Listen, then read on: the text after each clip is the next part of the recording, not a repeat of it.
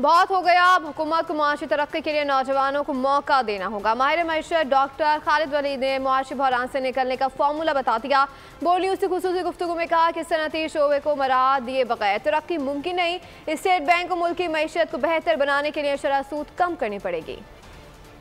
Budget को इस तरह से समझें कि ये budget stand by arrangement program के बाद आ रहा है और हमने एक फाउंडेशन बिल्ड करनी है इस बजट को रखते हुए सामने कि हमने एक एक्सटेंडेड फ़ंड फैसिलिटी प्रोग्राम में जाना है। तो एक्सटेंडेड फ़ंड फैसिलिटी प्रोग्राम आपसे स्ट्रक्चरल रिफॉर्म्स जो है उसका मुतालबा करता है और उन स्ट्रक्चरल रिफॉर्म्स में जो सब्सिडीज़ हैं उनकी एलिमिनेशन जो है वो एक बड़ा जो है वो अहम मुद्दा है। गवर्नमेंट अगर टैक्स रेवेन्यू कलेक्शन को बढ़ा रही है तो बजाय इसके कि टैक्स रेट को बढ़ाया जाए, टैक्स बेस को बढ़ा के डाइवर्सिफिकेशन ला के और फिर वो जो रेवेन्यू कलेक्ट हो रहा है उसको उस तरह से खर्च किया जाए कि वो पाकिस्तान की मिडल इनकम ग्रुप पे खर्च हो, क्योंकि मिडल इनकम ग्रुप जो है वो किसी एक मईशत की जान होती है, किसी एक मईशत की ग्रोथ का बाइस बनती है। एंटरप्रेन्योर सब्सक्राइब करें और बेल दबाएं ताकि कोई खबर रह न जाए।